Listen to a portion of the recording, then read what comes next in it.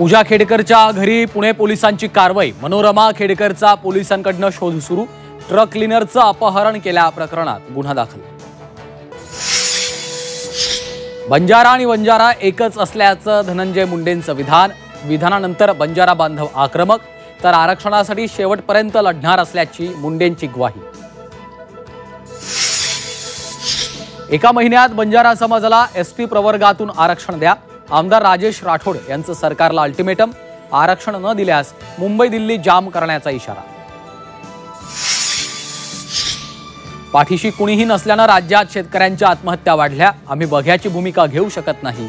नाशिकमधल्या शेतकरी मोर्चातून शरद पवारांनी सरकारला ठणकावलं। नवरात्रीनंतर राज ठाकरे कोकणात भाकरी फिरवणार। कोकणात मनसेचा नवा सेनापती कोण असणार याची उत्सुकता। सांगलीत स्पेशल 26 चित्रपटासारखी चोरी। आयकर अधिकारी असल्याचं सांगून कोट्यवधींचं सोनं रोकड लुटली। पोलिसांकडून आरोपींचा शोध सुरू।